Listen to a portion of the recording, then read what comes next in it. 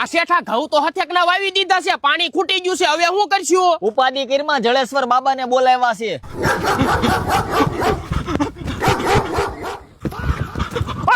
તમારું બાને બાંધો તો ખરા ગયા. ઉપાધિ કરવામાં આપણું પાળેટું છે.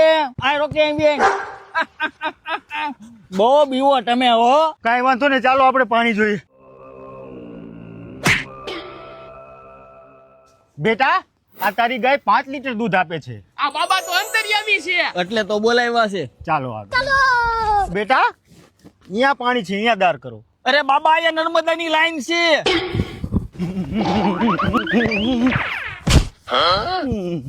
બેટા, અહીંયા આવ.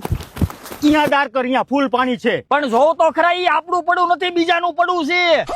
એલા ભાઈ, હું હજી મારી વાડીએ 10,000 માં દાર જોરાવીને જ આવ્યો. કોની પાસે? ગોંડલ થી કિસ્મત મશીન વાળા ઇરફાનભાઈ આવ્યા છે, જે જર્મન ટેકનોલોજી થી દાર જોવે છે. તો આપણે બોર કરાવવો છે, જોઈ નાખો. હાલો હાલો. એક પટો અહીંયા છે, બીજો પટો અહીંયા મળે છે. આ એ તૈલે પટાની છોકરી અહીંયા પડે છે. ચોકડી ભલે ને થાય, પણ પાણી કેટલા ફૂટે છે ને ક્યાં હશે ઈ કયો ને. આપણે જેમ શરીરમાં નકશો કાઢી એવી રીતનો જમીનમાં નકશો કાઢી. નકશો કાઢ્યા પછી ખબર પડશે કે કેટલા ફૂટે ઊંડું પાણી કેવું છે, ખારું હોય મીઠું હોય બધી ખબર પડી જશે આમાં. કેમ અહીંયા ઉભા રહી ગયા?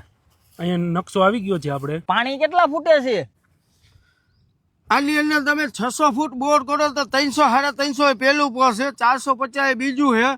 600 ફૂટ બોર કરો તો 1.5 નું પાણી થવાની શક્યતા છે. આમાં રિઝલ્ટ કેટલા ટકા મળે? આમાં 80-85% રિઝલ્ટ મળે હોય, 10-15 ફેલ જાતા હોય છે. તમે કઈ કઈ જગ્યાએ બોર જોવા જાવ છો?